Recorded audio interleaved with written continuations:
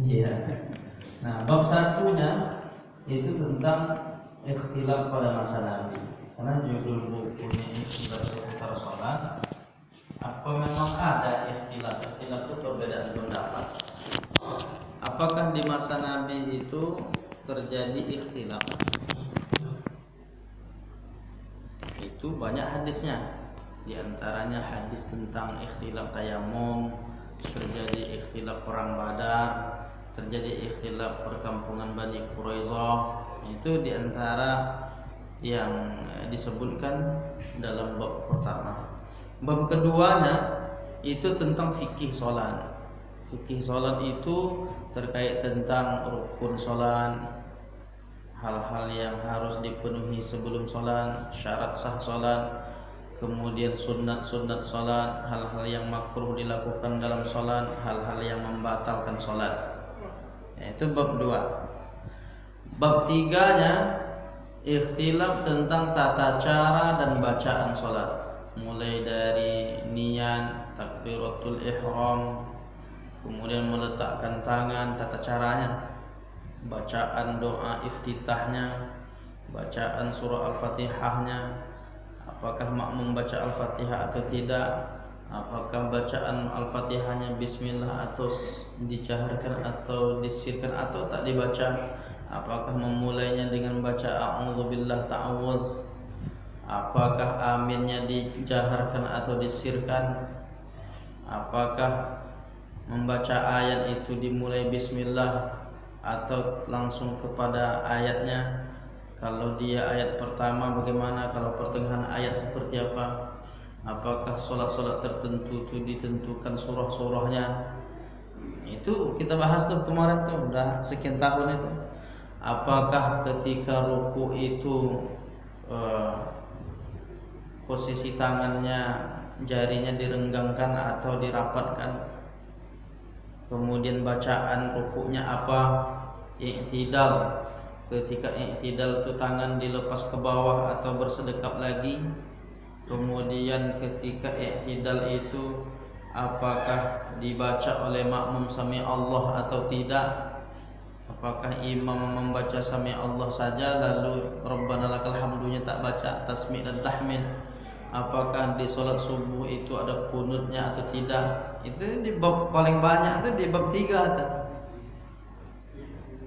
Siapa yang berkunut, siapa yang tidak, mengapa berkunut, mengapa tidak, apa sebab-sebabnya, kemudian sujud duluan lutut atau tangan, bacaan sujud apa-apa saja, berapa kali bacaannya, kemudian duduk antara dua sujud, berapa jenis bacaannya, kemudian sujud lagi, berdiri lagi, mengepalkan tangan atau tidak.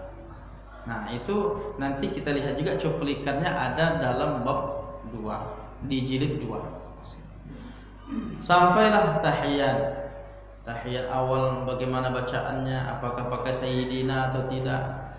Kemudian setelah innaka hamidum majid itu apakah baca doa 4 perkara, Allahumma inni a'udzubika min adzabi jahannam atau tidak, atau bacaan yang lain. Kemudian sampailah salam, apakah salam itu membuka telapak tangan atau tidak, apakah sampai warahmatullah saja atau wabarakatuh. Kemudian pula zikir sesudah sholat, apa saja yang dibaca setelah sholat itu, zikir-zikirnya itu sudah kita bahas. Yang bab 4-nya sholat berjamaah. Sholat berjamaah itu apakah perempuan itu dianjurkan sholat berjamaah di masjid? Nah itu dibahas juga dalam bab 4. Nah bab 5-nya tentang adab seputar sholat, di mana menghadap, melihat ke tempat sujud atau ke depan. Kemudian bagaimana adab berbeda pendapat. Nah ada di bab 5. Nah itu artinya dah kita anggap selesai lah.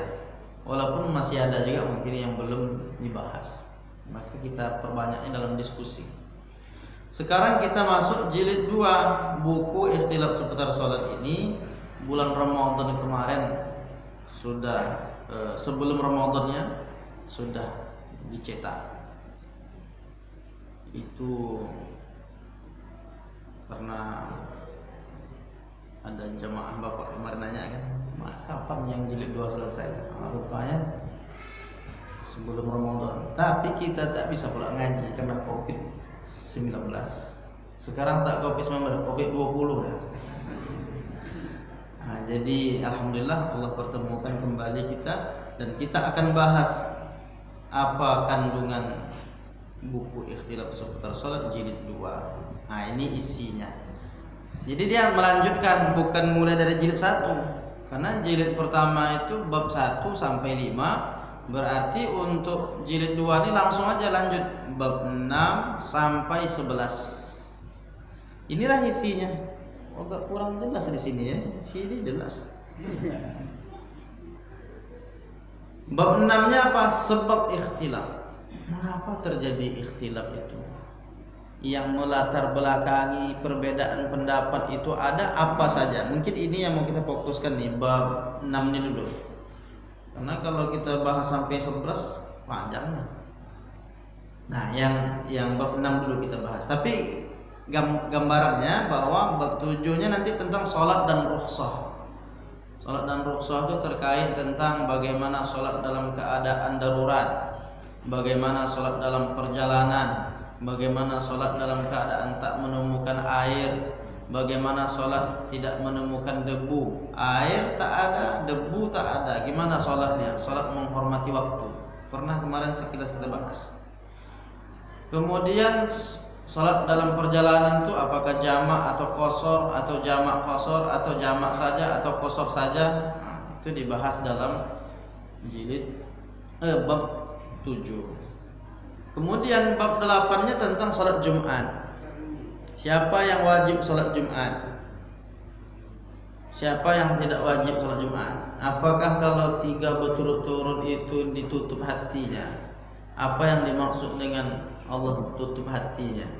Apakah karena COVID-19 itu sholat Jumat berkali-kali itu sudah masuk ditutup hatinya? Itu kan jadi permasalahannya kayak kemarin ini. Nah, kemudian tentang sholat Jumat ini, apakah bagaimana ketentuannya kalau sholat Jumat masbuk? Apa boleh? Apakah masbuknya itu nanti menyebabkan dia menggantinya 4 rakaat atau tetap 2 rakaat? Nah, itu dalam pembahasan sholat Jumat. Apakah sholat Jumat itu berlaku untuk hari raya? Nah, seperti kemarin Idul Adha bertemu 2 hari raya. Jumat hari raya dalam sepekan, kebetulan pas Idul Adha. Apakah gugur kewajiban sholat Jumat? Itu dibahas dalam bab sholat Jumat. Bab 9-nya sholat tarawih. Nah, ini yang belum pernah kita bahas secara khusus kayaknya. Bab sholat tarawih. Tapi sudah dulu, sudah 2 tahun yang lalu atau setahun yang lalu, udah kita bahas sekilas. Tapi di dalam bab 9 ini akan lebih jelas lagi perinciannya. Bagaimana sholat 4 rakaat 1 salam? Apakah sholat tarawih itu 2 rakaat 1 salam atau 4 rakaat 1 salam? Bagaimana hukumnya? Bagaimana bersolawat di sela-sela rakaat? Kemudian bagaimana taradhi? Taradhi itu membaca Al-Khalifatul Awal Amirul Mukminin Sayyidina Abu Bakar As-Siddiq radhiyallahu an, gimana hukumnya? Nah, itu dibahas dalam bab salat tarawih. Kenapa ada yang 11 rakaat? Mengapa ada yang 23? Dalilnya apa? Dasarnya apa? Dibahas dalam bab salat tarawih. Nah, setelah bab 9 masuk ke bab 10 berkaitan tentang sutrah. Udah pernah kita bahasnya, Pak? Belum ya? Nah, sutrah ini terkait tentang penghalang atau pembatas antara kita dengan apa yang ya, tempat sujud kita. Jadi kita dengan sujud kita itu tak boleh ada orang lewat, maka dikasih batas. Bagaimana hukumnya? Apakah wajib, sunnah? Bagaimana kalau tak ada sutrahnya? Nah, itu dibahas di bab 10. Nah, yang terakhirnya bab 11 seputar makmum. Nah, ini penting. Karena banyak orang membahas tentang imam, tentang makmum tak dibahas. Padahal yang paling banyak itu makmum. Imam sedikit. Kadang-kadang mengkaji fikih itu imam yang jadi persoalan. Syarat jadi imam ada 14.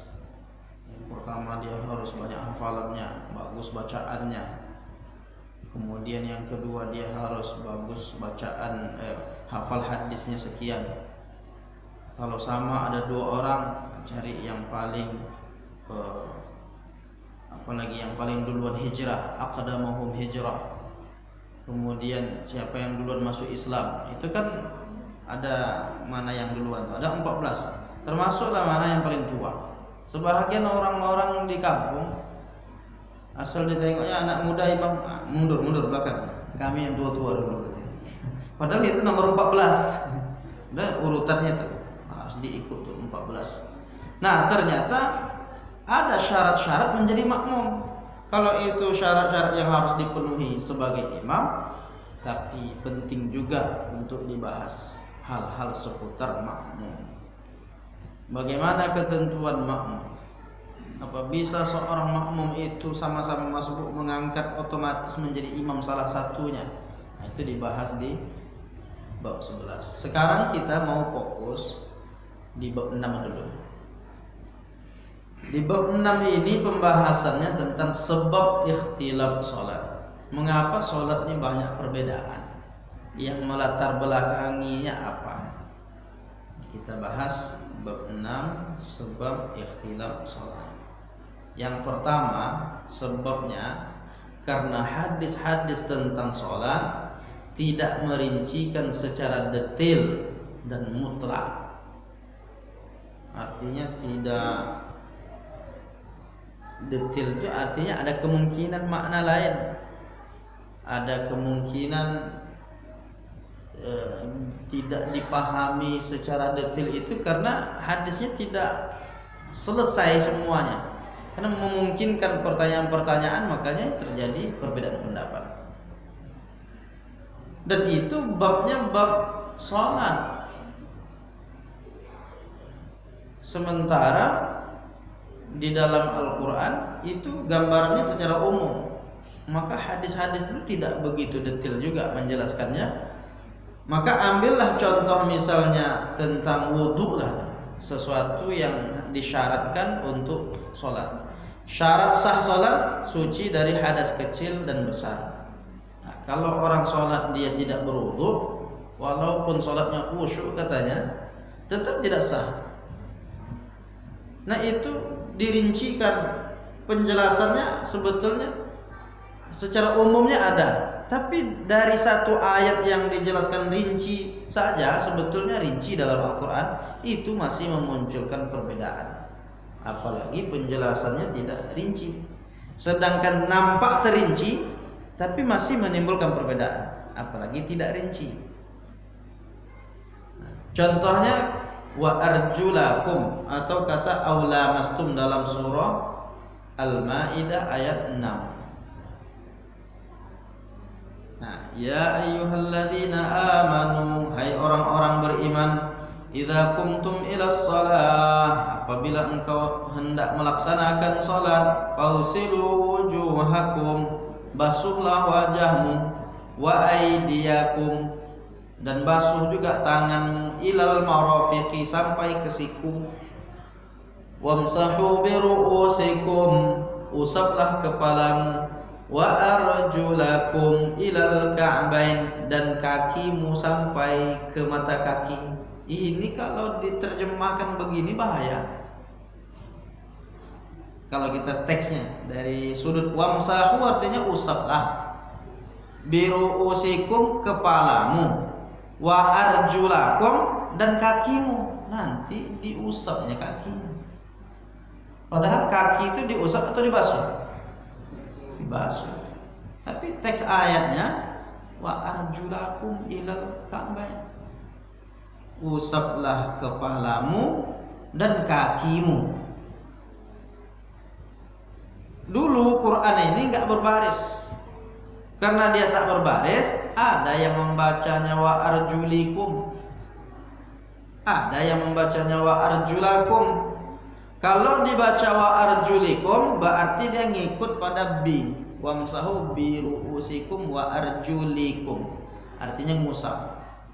Tapi karena dibaca wa arjula, maka makna dia kembali kepada fi'il perintah fagsilu. Ini memang kalau kita ada dasar nahwu sedikit bisa connect. Wa fagsilu artinya basuhlah. Mana kata fagsilu? Dari awal, dari ayat pertama, dari baris pertama yang ujung. Ya ayyuhalladzina amanu idza qumtum ila shalah fagsilu. Fagsilu artinya basuhlah. Kalau diperintahkan fagsilu, basuhlah, pasti ada yang dibasuh. Basuhlah, apa yang dibasuh? Wujuha, baris atas. Wujuha. Dalam bahasa Arab kalau dia objek maf'ulun bih, dia harus baris atas. Wujuha. Sementara yang tadi wamsahu biru'usi, ini kan ada biru'usi, karena dia harus baris bawah, karena bi itu. Mestinya kalau wawnya waw atau waw penghubung wa arjuli, tapi dalam Al-Quran kita baca wa arjula. Bermakna wa arjula ini itu karena pengaruh dari fagsilu, basuhlah. Nah, oleh karena itu gara-gara wa arjula sama wa arjuli terjadi perbedaan dalam fikih. Jadi karena baris itu aja terjadi hukum perbedaan pendapat tentang diusap atau dibasuh. Makanya kalau kita ikut mazhab Syafi'i ya dibasuh, mazhab Maliki lagi dibasuh. Tapi sebagian orang nggak dibasuh, disiram. Ada orang wudu kaki disiram. Sebetulnya ayatnya fagsilu itu, dibasuh kaki itu. Apalagi anak-anak MDA tuh disepak-sepaknya aja air tuh. Ini kan air keran tuh ditendang-tendangnya udah ada. Mata kakinya tak kena. Itu harus diperhatikan. Jadi gimana kaki itu sebetulnya? Fagsilu, dibasuh, digosok-gosok. Nah, itu baru wudu yang sempurna. Karena dia barisnya la. Itu menyebabkan perbedaan. Ada lagi, kita lanjutkan ayat ini. Dalam satu ayat ini ikhtilafnya banyak. Wa in kuntum junuban fattahharu, jika engkau dalam keadaan junub, fattahharu, hendaklah engkau bersuci, taharah, mandi. Mandi junub, mandi wajib. Wa in kuntum marda, kalau engkau sakit, au ala safarin, atau dalam perjalanan, au jaa ahadun minkum minal ghaiti, au lamastumun nisa, atau engkau menyentuh perempuan. Orang akan batal wudunya kalau dia menyentuh lawan jenisnya. Laki-laki yang menyentuh perempuan batal wudunya, baik yang menyentuh maupun yang disentuh. Perempuan yang menyentuh laki-laki batal wudunya. Tapi apakah makna batalnya itu karena menyentuh biasa atau menyentuh ada sebab? Nah, itu ikhtilaf ulama. Kalau mazhab Hanafi, bersentuhan biasa enggak batal. Laki-laki, perempuan, baik mahram maupun bukan mahram, pokoknya asal menyentuh atau tersentuh atau sengaja menyentuh, sekedar menyentuh enggak batal mazhab Hanafi. Kenapa? Karena yang dimaksud oleh ayat itu la-nya panjang. Kalau la masa berarti nyentuh biasa. Tapi kalau la masa berarti dia masuk ke dalam bab jima, suami istri. Nah, itu kalau jima dia, maka baru dia disebut batal. Kalau nyentuh biasa enggak batal kata mazhab Hanafi. Karena memahami la masa, asal katanya la misa. Tapi kalau la masa saling, ada bermakna di situ memang kedua-duanya itu tidak lagi dipahami menyentuh biasa, begitu mazhab Hanafi.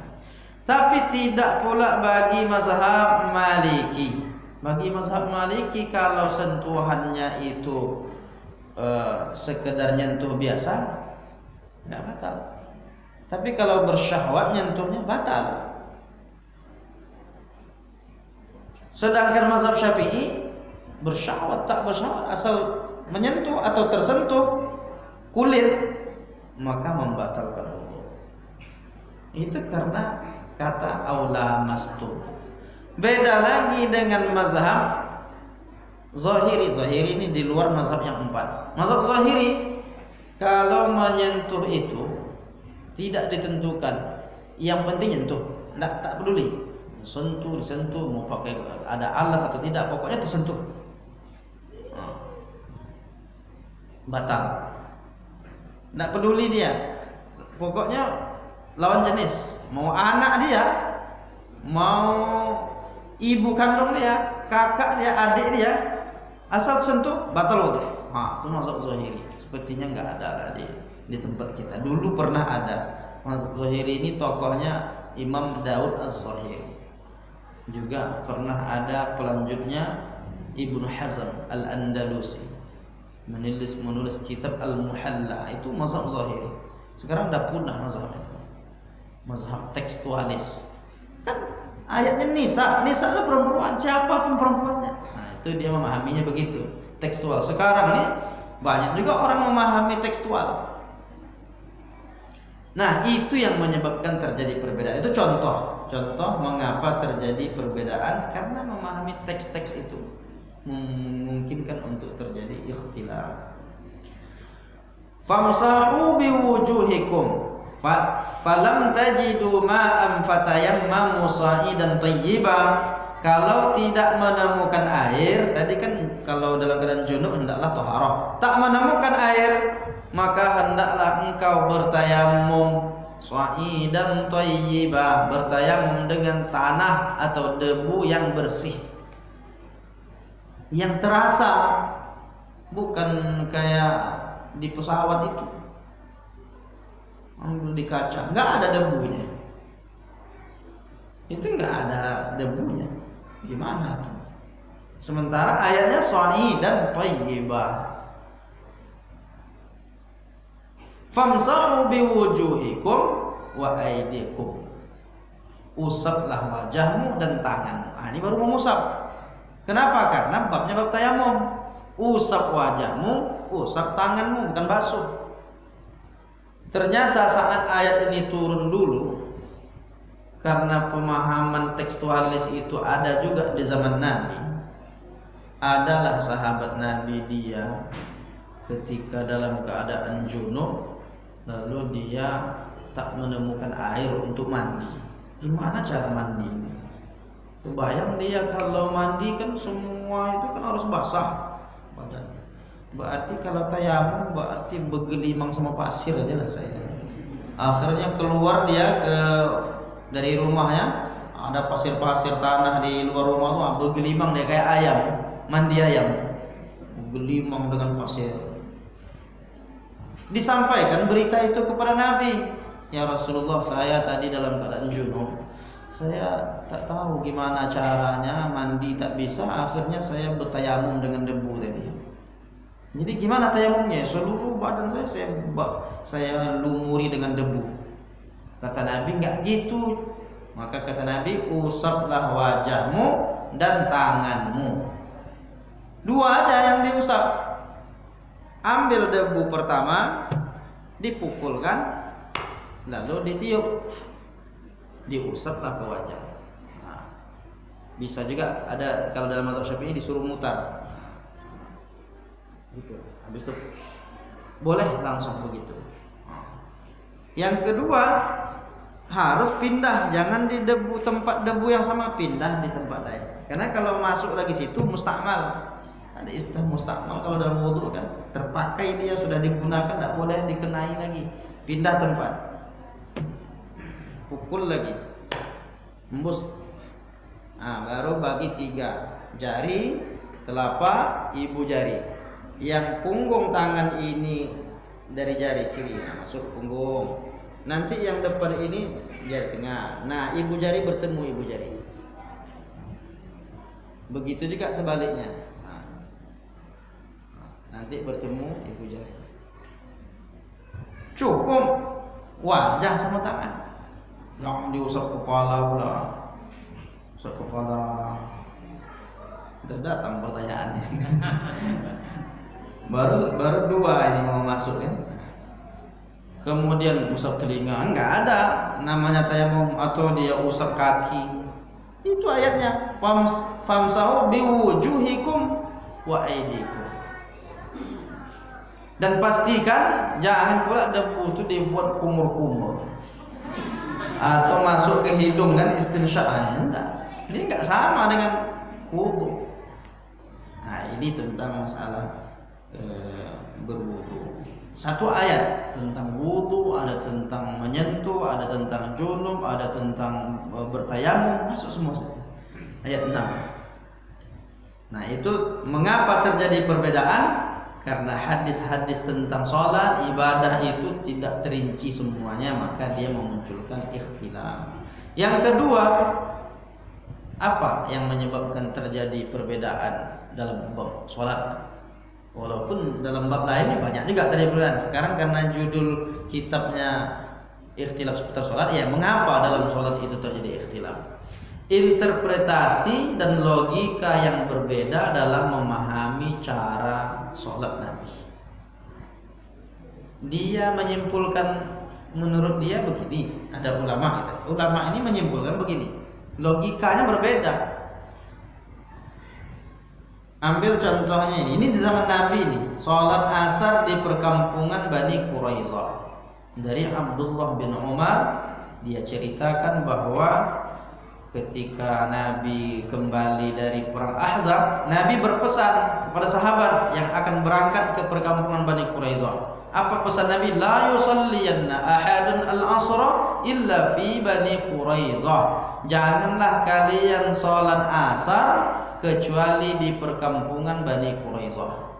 Enggak usah sholat asar kecuali di perkampungan Bani Quraizah. Itu kalimat singkat Nabi yang dipahami dengan logika yang berbeda oleh sahabat. Sahabat itu sudut pandangnya beda-beda juga. Apa yang terjadi dalam perjalanan itu? Masuk waktu asar. Kata sahabat yang lain, kita sholat. Kata sebagian lain, gimana sholat? Kan Nabi pesan jangan sholat asar kecuali di perkampungan Bani Quraizah. Kan kita belum sampai di perkampungan Bani Quraizah. Akhirnya terjadi ikhtilaf antar sahabat Nabi. Akhirnya ada yang sholat dalam perjalanan, akhirnya sebahagian lagi cepat-cepat menuju perkampungan Bani Quraizah. Dan sampai nanti dilaporkan kepada Nabi, diceritakan kepada Nabi tentang perbedaan pendapat itu. Apa yang terjadi? Falam yu'annib wahidan minhum. Tidak ada satu pun dari mereka yang disalahkan Nabi. Jadi kalau ada orang sekarang beda pendapat, pendapat dia begini, pendapat saudaranya begini, disalah-salahkannya saudaranya yang beda pendapat dengan dia. Padahal Rasulullah tidak menyalahkan sahabat yang berbeda selagi dalam rangka konteks khilafiyah yang dibenarkan. Tapi kalau udah menyalah, udah bertentangan dengan syariat, nah itu. Tapi kalau khilafiyah furu', cabang-cabang dalam agama biasa, sedangkan Nabi aja enggak mempersoalkan. Tiba-tiba kita ngaji baru 2-3 kitab langsung kita menyalahkan orang. Itu tidak siap, berbeda namanya. Contoh lain lagi, 2 hadis yang berbeda dan sudut pandangnya bisa berbeda. Ini dulu pernah kita bahas, tapi untuk cuplikan menunjukkan bahwa bagaimana perbedaan itu bisa terjadi. Hadis riwayat Abu Hurairah, kata Nabi, kalau engkau sujud jangan turun seperti unta, letakkan tangan sebelum lutut. Dalam Sunan Abi Dawud, Sunan An-Nasa'i. Hadis riwayat Wa'il bin Hujr, ra'aitun Nabi sallallahu alaihi wasallam idza sajada wada'a rukbatayhi. Saya lihat Nabi kalau dia salat, saat dia sujud itu dia letakkan lututnya sebelum tangannya. Hadis pertama mengatakan letakkan tangan sebelum lutut, kata Nabi. Hadis kedua, Nabi mempraktekkan kalau dia sujud dia letakkan lutut sebelum tangan. Ini namanya ta'arud al-adillah, pertentangan dalil. Bagaimana mengkomunikasikannya? Nah, di situ perlu ulama. Ada Imam An-Nawawi, ada Imam Ibnu Shalah, ada Syekh Abdul Aziz bin Baz, ada Syekh Ibnu Utsaimin. Ini beda pendapat. Mayoritas mengatakan lutut dulu. Tapi menurut satu orang yang tersendiri, Syekh Nasiruddin Al-Albani mengatakan tangan dulu. Logikanya berbeda. Di mana letak logikanya? Logika tentang turunnya unta. Unta itu kalau turun pakai kaki depan atau kaki belakang duluan? Pernah enggak nampak unta, Bapak Ibu? Nampak unta sedang turun, pernah enggak? Nah, besok cari unta. Mana mau cari unta di sini gitu kan? Tengok unta, kalau umroh, haji, lihat unta, bagaimana dia turun. Unta tuh kalau turun dia pakai kaki depan. Kaki depannya dulu yang turun, baru kaki belakang. Nah, kaki depan tuh apa? Kaki depan tuh tangan. Tapi sementara hadis pertama, kalau turun jangan seperti unta. Letakkanlah tangan sebelum lutut. Loh, unta tuh tangan dulu turunnya. Maksudnya kaki depan itu tangan. Makanya banyak ulama mengatakan untuk berbeda dengan unta itu dulu kan lutut. Tapi kata Syekh Albani, supaya beda dengan unta itu dulu kan tangan. Kenapa? Unta itu tak punya tangan. Nah, itulah logikanya berbeda. Jadi kalau logika berbeda, ya ikhtilaf pasti terjadi. Karena unta tak punya tangan, dulu kan tangan. Itu kaki depan tuh itu lutut itu katanya. Tapi ulama mayoritas mengatakan itulah tangan itu, kaki depan itulah tangan. Supaya beda dengan unta, dulu kan lutut. Kalau tangan berarti sama dengan unta. Gara-gara unta tuh kita berkelahi, tak selesai. Kasihan juga unta. Nah, jadi memang harus dipahami, oh ada perbedaan itu karena logika berbeda. Ini itu mungkin terjadi. Itu dua. Sekarang yang tiga, mengapa terjadi ikhtilaf dalam ibadah sholat? Perbedaan kata-kata dalam bahasa Arab. Contohnya gerak jari telunjuk. Itu teksnya cuma ini hurufnya ya, ha, ro, kaf, ha, alif. Sekarang saya tanya Bapak Ibu, gimana bacanya nih? Yuharrikuha. Hah? Yuharrikuha. Yuharrikuha. Ada tak baca yang lain? Buat aja lah bacaan yang lain. Buatnya barisnya. Hah? Ini bisa dibaca yahrukuha, bisa juga dibaca yuharrikuha seperti yang Ustaz sebut tadi. Karena dulu Al-Quran hadis itu nggak berbaris, tergantung yang buat barisnya. Ulama, kalau ulamanya buat baris yahrukuha, berarti nggak gerak-gerak. Tapi kalau dia buat baris yuharrikuha, bergerak-gerak. Mengapa ada orang jarinya bergerak-gerak? Karena dia bacanya yuharrikuha kayak bapak tadi itu. Yuharrikuha, gerak-gerak. Jadi bentuk taf'il, fa'ala yufa'il itu artinya lil mutawa'atinya terus menerus, bergerak-gerak. Yuharrikuha, Nabi menggerak-gerakkan jarinya. Maka dipahami oleh mazhab Maliki berarti sejak awal sampai akhir bergerak-gerak. Nah, itu mazhab Maliki, dari kanan ke kiri. At-tahiyyatul mubarakatuh sholawatut thayyibatu lillah, assalamu alayka, ayo sampai selesai. Sampai innaka hamidum majid, dah mau salam baru tutup. Mazhab Maliki. Kenapa mazhab Maliki menggerak-gerakkan? Yuharrikuha, bacanya gitu. Tapi mengapa mazhab Syafi'i geraknya cuma sekali? Asyhadu an la ilaha illallah. Sekali itu aja. Habis itu tak gerak-gerak lagi. Karena ulama mazhab Syafi'i membacanya yahrukuha. Gara-gara baris itu bisa beda dalam mengamalkan sebuah amalan. Nah, itu sebab terjadi perbedaan. Maka nggak bisa dipaksakan harus begini. Ini sudut pandang beda-beda. Ilmu ulama ini juga beda-beda. Itu yang ketiga. Masih ada waktu kita nih? Masih ya. Yang keempat, tarjih terhadap dalil-dalil. Jadi ada dalil itu dirajihkan oleh ulama ini yang paling kuat. Ini yang paling rajih menurut kami. Ulama yang lain mengatakan ini yang rajih menurut kami. Rajih itu ya menurut ulama masing-masing. Kalau mazhab Syafi'i dia melakukan ini, kunut subuh dia, mazhab Syafi'i, berarti rajih menurut mazhab Syafi'i. Mazhab Hanafi tak kunut subuh, karena yang rajih menurut mazhab Hanafi tak kunut subuh. Mau gimana kita? Karena masalah rajih, kerajihan sebuah dalil itu kan dibahas oleh ulama masing-masing. Enggak bisa ngotot kita dengan satu pendapat.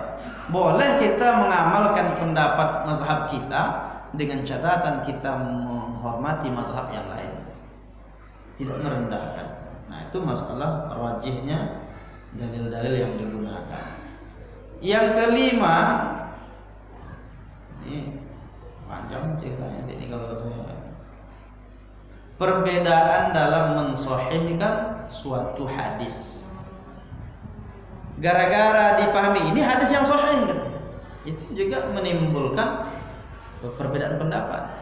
Termasuk kunut subuh tadi. Mengapa mazhab Syafi'i kunut? Di antara dalilnya kan ini. Ini dalilnya. Dari Anas bin Malik, ia mengatakan, "Mazala Rasulullah sallallahu alaihi wasallam yaqnutu fil fajri hatta faraqad dunya." Rasulullah senantiasa terus-menerus membaca kunut pada salat subuh sampai meninggal dunia. Dan hadis ini disahihkan oleh Imam Al-Baihaqi, Imam Ad-Darqutni. Para ulama-ulama hadis mensahihkan hadis ini. Dan ulama mazhab Syafi'i menjadikan dalil ini bahwa setiap salat subuh itu kunut subuh. Tapi menurut mazhab Hambali, hadis ini dhaif. Karena kesahihan hadis itu tergantung ilmu ulamanya. Menurut saya dhaif katanya. Menurut ulama ini sahih. Ya udahlah. Yang tak mengamalkan berarti dia menganggap dhaif. Yang mengamalkan dia menganggap sahih. Bahkan andaikan ada hadisnya sama-sama sahih, tetap juga bisa terjadi perbedaan. Seperti hadis Bukhari Muslim. Ini kan nggak bisa dinilai dhaif atau hasan, dia udah pasti sahih karena Bukhari dan Muslim. Tapi hadisnya sama-sama sahih, pemahamannya yang beda-beda.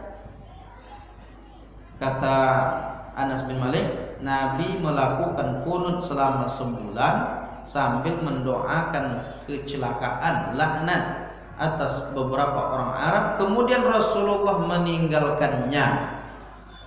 Meninggalkannya menurut mazhab Hanafi, meninggalkan kunut, nggak ada kunut lagi.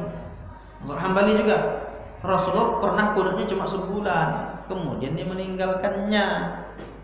Kata mazhab Syafi'i, meninggalkannya, meninggalkan doa kecelakaan, meninggalkan doa laknat saja. Adapun kunutnya tetap jalan. Sama-sama hadis, sama-sama sahih, tapi pemahamannya bisa berbeda. Sebetulnya nya yang mana nih? Nya yang kunut atau nya yang laknat? Di situ sebabnya. Ini nggak bisa kita ngotot. Ini meninggalkannya kunut ini, salahkan yang kunut. Atau sebaliknya, ini meninggalkannya laknat ini, kunut tetap jalan. Nggak usah nyalahkan, amalkan aja. Kalau memang guru kita mazhab Syafi'i selama ini berkunut, kunut. Kalau selama ini kita ngikut mazhab Hambali, nggak kunut. Selesaikan masalahnya. Tetapi kita perlu tahu mengapa orang berkunut, mengapa tidak berkunut. Karena judulnya itu, mengapa terjadi perbedaan? Itu gara-gara sudut pandang memahami hadis, kesahihan suatu hadis. Nah, itu diantaranya. Masalah, misalnya masalah mengepalkan tangan, itu kesahihan, masalah kesahihan. Yang mengepalkan tangan, bangun itu, kata Ibnu Salah, hadis tentang itu, hazal hadis la yasih, tidak sahih. Wala yu'rab, tidak dikenal. Wala yajuzu an yuhtajja bi, tak boleh berhujjah dengannya. Hadis yang begini tidak boleh berhujjah dengannya. kata Ibnu Salah ulama hadis. Kemudian kata Imam Nawawi dalam Syarah Al-Muhadzab, hadza hadisun dhaif, hadisnya lemah. Au batil, hadisnya batil. La aslalahu, tak ada asalnya. Juga disebutkannya dalam kitab Tanqih, dhaifun batil, hadisnya dhaif dan batil. Tapi menurut Syekh Albani, hadis itu dimasukkannya dalam silsilah ahaditsus shahihah, kumpulan hadis-hadis sahih. Mengapa ada orang mengepalkan tangan mau bangun? Dia melihat buku silsilah ahadits as-sahihah Syekh Albani. Ulama dulu sudah mendhaifkan, tapi dia tinggal ambil dimasukkannya ke kumpulan hadis sahih. Tentu disangka orang hadisnya sahih. Maka kalau ada yang mengamalkan ini, dia bacanya buku Syekh Albani. Tapi ada orang yang tak mau mengamalkan itu karena dia mengamalkan hadis sahih Bukhari yang meletakkan telapak tangan ke bawah. Itu disebutkan oleh Imam Asy-Syarbaini ini yang bawah. Wa yusannu, disunnahkan, ayya'tamida, bertumpu fi qiyamihi, ketika akan berdiri minas sujud, dari sujud, wal qu'udi ala yadayhi, dia tempelkan tangannya, li'annahu asbah, tempelkan tangannya itu yang mana? Nah, nanti disebutkan di situ. Li'annahu asbahu bitawadhu, orang yang ketika bangun tuh dia bertumpu ke lantai, itu menunjukkan rendah hati. Walaupun dia kuat, dia tetap juga menempelkan. Kuat dia, masih muda, tawadhu gitu. Wa a'wanu lil musalli, itu lebih tertolong, maksudnya lebih memudahkan bagi orang yang sholat. Wa li thubutihi fis sahih, dan semua ini berdasarkan hadis yang sahih, an fi'lihi, dari perbuatan Nabi sallallahu alaihi wasallam. Wa kaifiyatul i'timad, dan cara bertumpunya ke lantai mau berdiri itu, ayyaj'ala battana, hendaklah dia membuat perut telapak tangannya, rohataihi, nah, ditempelkan ke lantai itu telapak tangannya. Itu yang sahih dari Nabi. Adapun yang begini problem, ulama menilai hadis yang dhaif. Kemudian yang keenam, mengapa terjadi perbedaan pendapat? Ada dalil-dalil yang saling bertentangan, termasuklah baca Al-Fatihah bagi makmum itu. Dalam Sahih Muslim disebutkan, wa idza qara'a fa ansitu, kalau imam baca ayat kamu diam. Lalu dipahami oleh mazhab Hanafi, tak boleh makmum baca Al-Fatihah, karena kalau baca ayat makmum diam. Tapi mazhab Syafi'i pakai dalil yang lain, Sahih Bukhari juga. Apa kata dia? Kata Nabi, la salata liman lam yaqra' bi Fatihatil kitab, tidak sah salat seseorang yang tidak membaca surah Al-Fatihah. Hadisnya bertentangan. Yang satu mengatakan kalau imam baca diam, yang satu lagi tidak sah salat seseorang. Siapa seseorang? Siapapun, mau makmum mau imam, yang namanya salat wajib baca Al-Fatihah. Bertentangan dalil-dalil itu, sehingga mazhab Syafi'i mewajibkan makmum baca Al-Fatihah, sehingga mazhab Hanafi mengatakan tidak perlu makmum baca Al-Fatihah dan diwakilkan langsung kepada imam. Nah, itu sebut terjadi perbedaan. Yang ketujuh, perbedaan metode istinbat hukum. Jadi kalau yang disepakati kan ada 4: Al-Quran, Sunnah, Ijma', Qiyas. Itu sumber hukum Islam. Tapi menurut ulama mazhab Maliki ada tambahannya, amalu ahlil Madinah, perbuatan penduduk Madinah. Ulama yang lain pula ada istihsan. Ulama yang lain lagi ada istislah. Ada syar'un man qablana, ada syadduz zari'ah, ada 10. Satu lagi uruf, ada yang ke-10. 10 itu sumber hukum Islam. Tapi ulama beda-beda ngambil sumbernya. Yang disepakati 4: Quran, Sunnah, Ijma', Qiyas, sepakat semua. Tapi ada tambahan. Kalau mazhab Maliki pakai amalu ahli Madinah, mazhab lain tak pakai, maka kesimpulan hukum bisa berbeda. Nah, ini tentang perbedaan pendapat. Mengapa mazhab Maliki tangannya lepas ke bawah? Allahu Akbar. Nah, itu beda sudut pandangnya. Yang terakhir nih, dia ada 8. Nah, karakter para ulama. Jadi ulama itu memang beda-beda. Ulamanya dari sejak sahabat Nabi. Abdullah bin Umar, anak Umar bin Khattab itu, dia terkenal mutasyaddid, agak ketat dalam masalah hukum. Kalau ada dua pilihan, yang ini berat, yang ini agak ringan, dia lebih memilih yang lebih berat. Karena tingkat hati-hati tinggi katanya. Dipilih berat. Tapi tidak bagi Abdullah bin Abbas, sepupu Nabi. Kenapa? Karena Abdullah bin Abbas ini punya karakter lembut, selalu mencari yang termudah. Karena alasannya, ya Allah tidak membebani hambanya kecuali yang sesuai kemampuannya. La yukallifullahu nafsan illa wus'aha. Maka dia cari yang mudah. Karena Islam itu tidak memberat-beratkan. Nah, karakter ini membuat ada mazhab Abdullah bin Umar, ada mazhab Abdullah bin Abbas, ada mazhab Aisyah. Orang sangka mazhab itu cuma 4 sekarang. Padahal sejak zaman sahabat itu mazhab itu ada, cuma namanya belum mazhab waktu itu. Ada orang bertanya tentang agama ke Aisyah, mazhab Aisyah namanya. Ada orang bertanya kepada Abdullah bin Umar, mazhab Ibnu Umar namanya. Di zaman sahabat itu sudah terjadi mazhab-mazhab, kelompok-kelompok.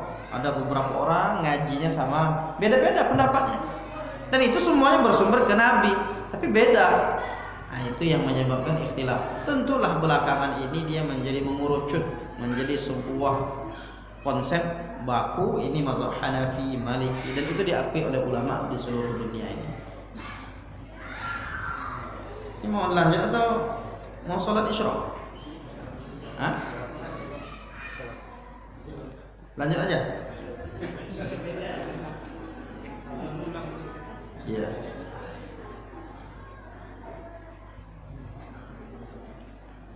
Baik. Satu-satu.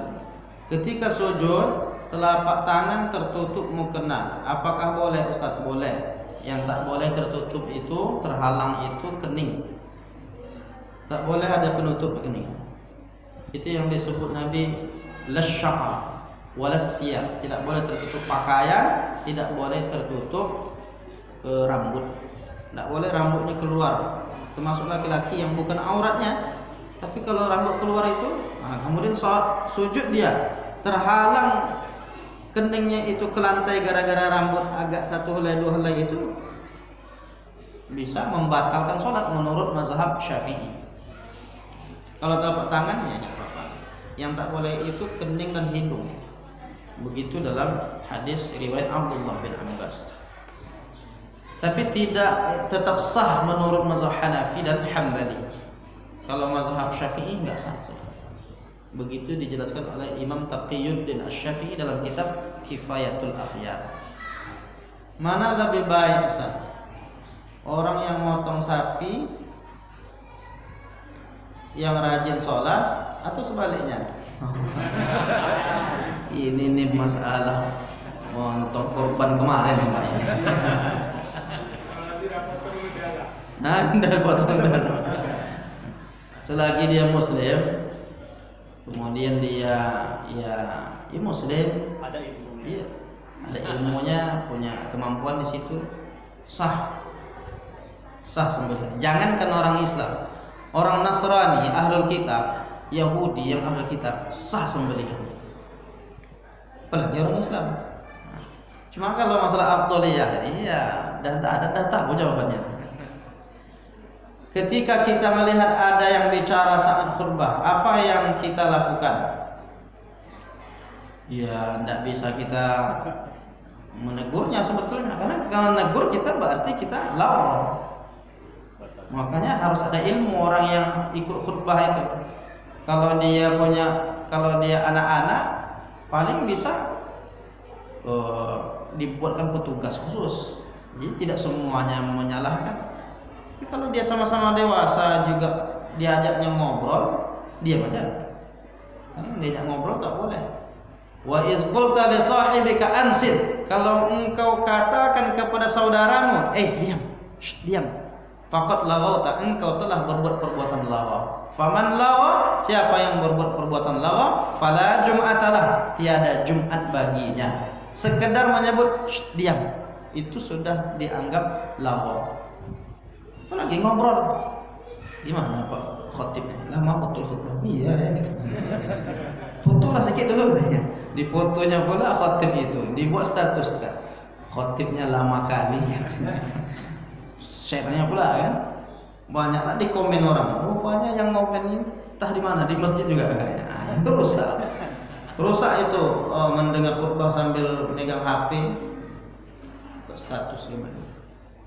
Waktu masa-masa corona kami didatangi aparat sehingga kami sholat asar 5 rakaat. La haula wala quwwata illa billah. Setelah sholat imam ragu. Dilihat CCTV memang 5 rakaat. Langsung imam sujud sahwi. Pertanyaan, bagaimana dengan makmum yang sudah pada pulang? Sujud sahwinya dah betul gitu ya. Yang dah pada pulang diumumkan aja. Ya, diumumkan aja, Bapak Ibu tadi sholat kita itu 5 rakaat, jadi dianjurkan kita untuk sujud sahwi. Kalau umpamanya siapa Bapak Ibu yang mendengar pengumuman ini, silakan sujud sahwi di tempat masing-masing. Karena dah balik dia kan. Itu kalau terjadi. Tapi ke depan kalau memang terjadi itu diumumkan. Kalau masih yang di sini ya bisa, ya dah pulang itu repotnya. Mau kita datangi rumah satu-satu payah. Pak tadi sujud sahwi Pak. Kalau sujud kan tak wajib Ustaz. Sahwi sujud sunnah. Kalau tidak kan boleh. Tetap boleh, tetap sah. Hanya kalau dianjurkan tetap dianjurkan dengan sangat kuat sunnah muakkadah. Tapi di situ kasusnya imamnya udah sujud sahwi, berarti kan makmum kan udah termaafkan. Makmumnya harus ikut. Wajib ikut semua ya. Wajib. Kalau yang ada di situ, kalau yang udah pulang gimana mau ngikut dia kan? Nah, karena itu dia Ustaz. Karena imamnya tadi udah apa dia sujud sahwi. Nah iya. Yang ada di situ itu wajib. Tapi kalau udah pulang, ya gimana lagi kan?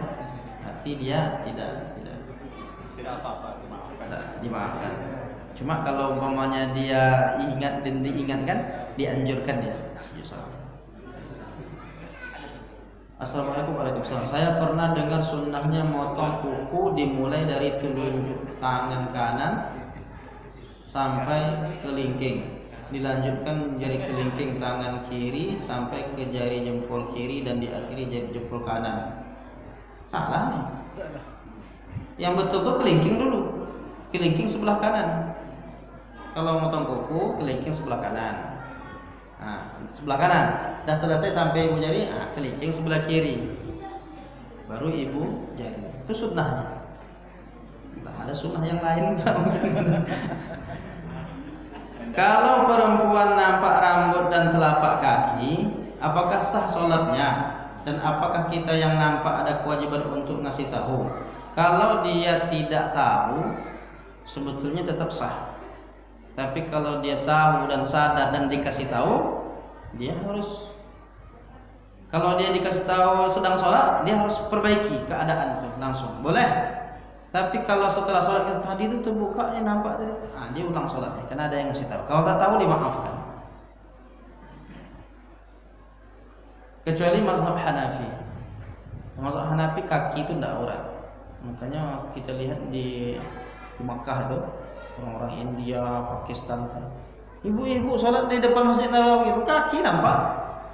Tak pakai kaos kaki karena dia mazhabnya Hanafi. Orang mazhab Hanafi kaki perempuan itu enggak aurat. Illa ma zahara minha, ada ayatnya kan. Illa ma zahara minha, makanya tidak batal. Tapi mazhab Syafi'i batal.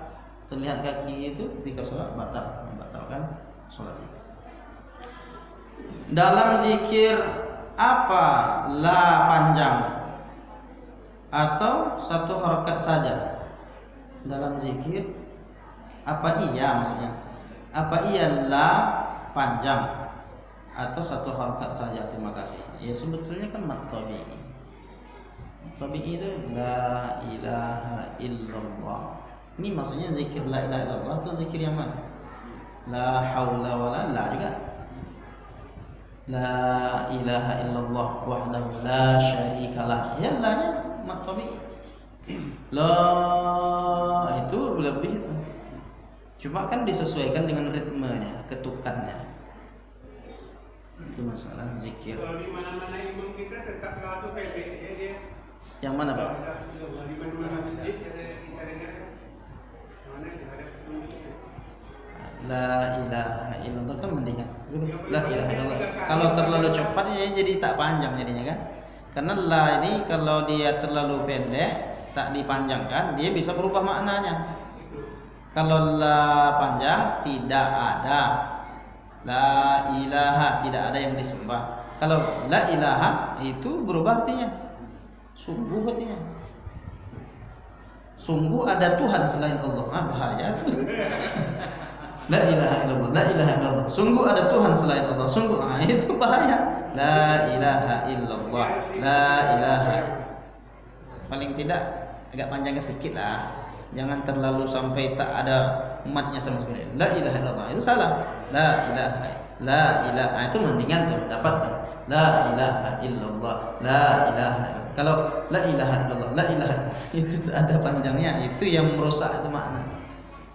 Perlu tuh Pak ya, ini kasih tahu gitu. Jangan salah baca. Sebab boleh dikatakan rata-rata kita begitu berdua.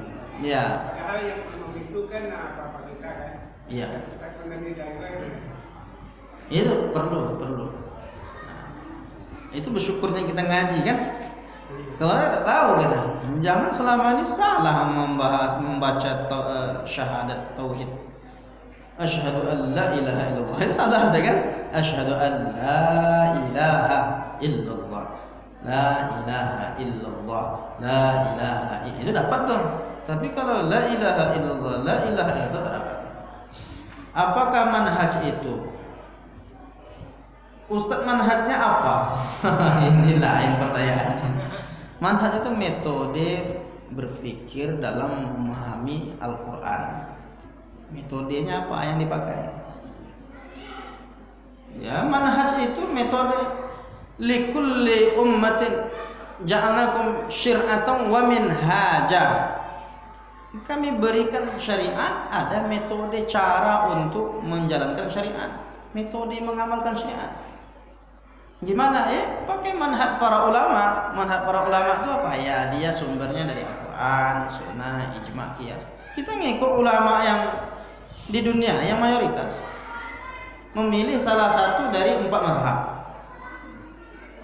Tapi kalau keluar dari 4 mazhab itu manhajnya bermasalah. Kalau ada orang hari ini mengaku tidak bermazhab, bermasalah karena dia tak ikut manhajnya para ulama, metodologi yang dibangun oleh para ulama yang sudah sampai ke tingkat mujtahid mutlak. Ada yang tingkat mujtahid mutlak itu kayak Imam Syafi'i, itu mujtahid mutlak. Ada mujtahid musaqqal. Jadi memang ikut manhaj para ulama yang diakui keilmuannya, yang sudah terbangun dalam suatu bangunan menjadi sebuah konsensus kesepakatan para ulama di dunia ya. Kalau yang kerikil-kerikil itu ya dia tak mau, dia tidak terbangun secara khusus gitu. Ustaz yang mulia, bacaan sujud tilawah apa? Sajadah wajhiyya lillazi khalaqahu wa syaqqa sam'ahu wa basarahu bihaulihi wa quwwatihi fatabarakallahu ahsanul khaliqin. Bolehkah kalau tidak baca apa-apa? Dan apakah setiap ada ayat sajadah harus sujud? Tidak baca apa-apa, dia sunat hukumnya.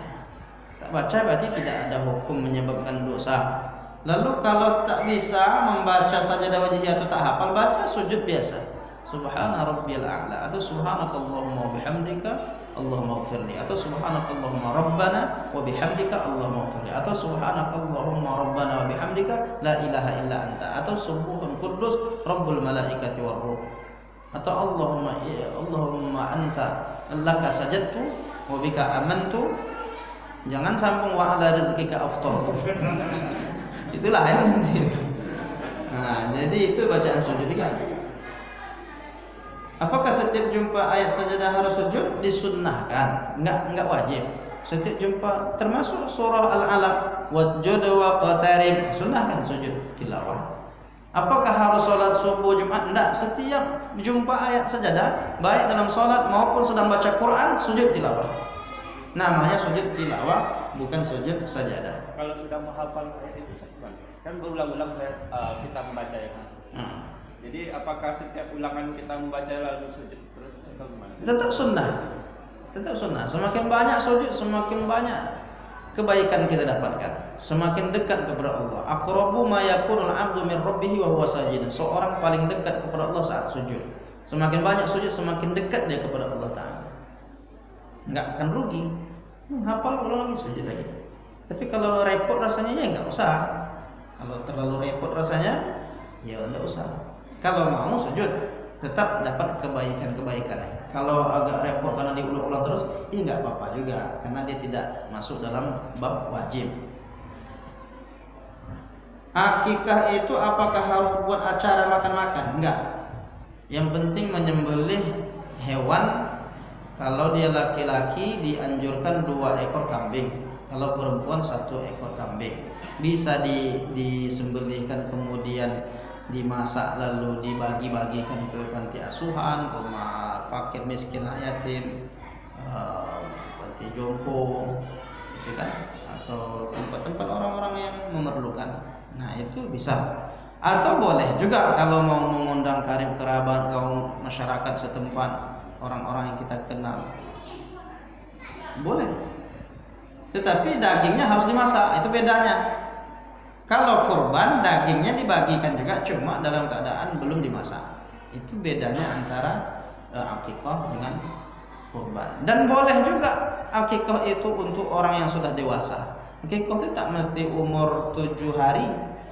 Memang sunnahnya 7 hari. Tak bisa 7 hari, 14 hari. Hari ke-14, tak bisa hari ke-14, hari ke-21. Tak bisa sampai di usia remaja, bahkan sampai dewasa. Kalau dia ternyata belum pernah akikah dulu karena orang tuanya agak sulit dulu, sekarang dia sudah memiliki harta untuk bisa belikan kambing. Kalau laki-laki beli kambing 2 ekor. Nah, sembelihkan, masak, undang Ustadz Khair nanti. Makan kambing gitu kan. Nah, tapi ya cukup masak makan gitu aja. Jangan pula dibuatkan buayan, mau buayan lah di situ marhaban kan. Marhaban disangka orang itu cucu, pokoknya atu-atu. Kan disangka macam-macam. Nah itu tentang korban. Itu barangkali yang kita bahas. Iya Pak.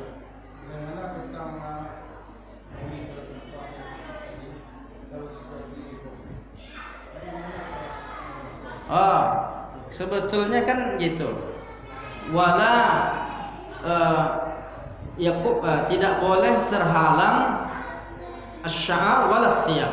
Tidak boleh terhalang oleh rambut maupun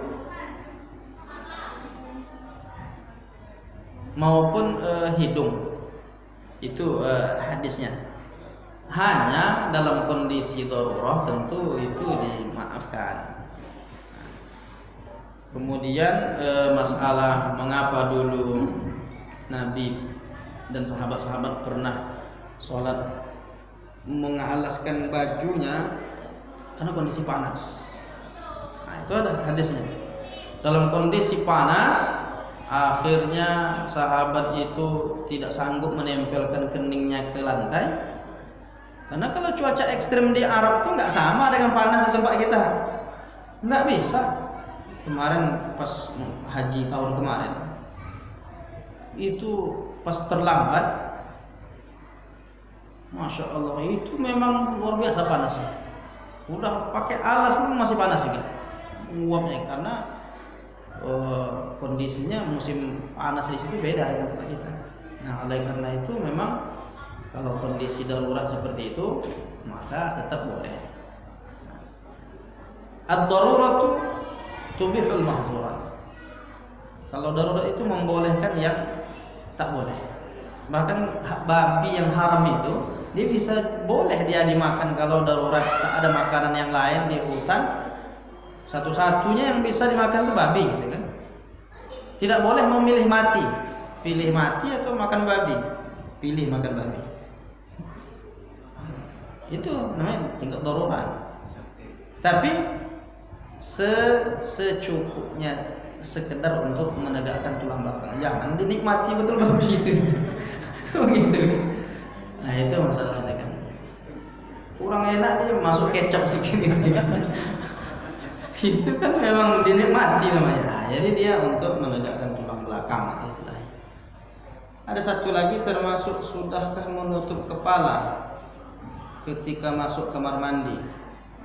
Termasuk sunnahkah menutup kepala ketika masuk kamar mandi? Iya, termasuk dianjurkan oleh para ulama kita. Cuma kalau kopiah begini, nutupnya kalau mau menutup itu dinaikkan. Jadi kalau biasa begini, maka kalau di dalam toilet, nah begini. Untuk membedakan ini kondisi normal, kondisi di dalam toilet. Sunnah, karena katanya, nah itu anjuran para ulama. Anjuran para ulama. Terima kasih atas perhatiannya. Itu dulu kajian kita, mudah-mudahan bermanfaat. Ini apa tadi maksudnya? Untuk mengingatkan, untuk mengingatkan. Nah ini alhamdulillah tabung impak pagi ini ya, karena jamaah berikut kontribusi. Inilah yang sedang kita bangun ini baru beberapa pas Idul Adha. Oh, udah mati kan? Tak bisa hidup lagi? Bisa. Ada sedikit sebelum kita tutup. Nah, jadi anak-anak kita itu sekarang jumlahnya 16 orang.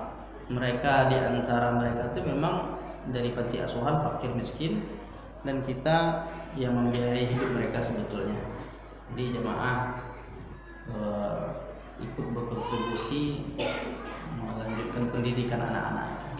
Mereka para du'afa, fakir miskin, termasuk yatim, tidak apa-apa lah kalau tak muncul. Berarti itu memang sudah selesai itu. Mudah-mudahan rezeki Bapak Ibu semua diberkahi Allah Ta'ala. Amin ya Allah, amin. Itu barangkali yang dapat kita bahas pada kesempatan kali ini. Kita cukupkan dengan doa kafaratul majlis. Subhanakallahumma bihamdika asyhadu an la ilaha illa anta astaghfiruka wa atubu ilaik. Wassalamualaikum warahmatullahi wabarakatuh.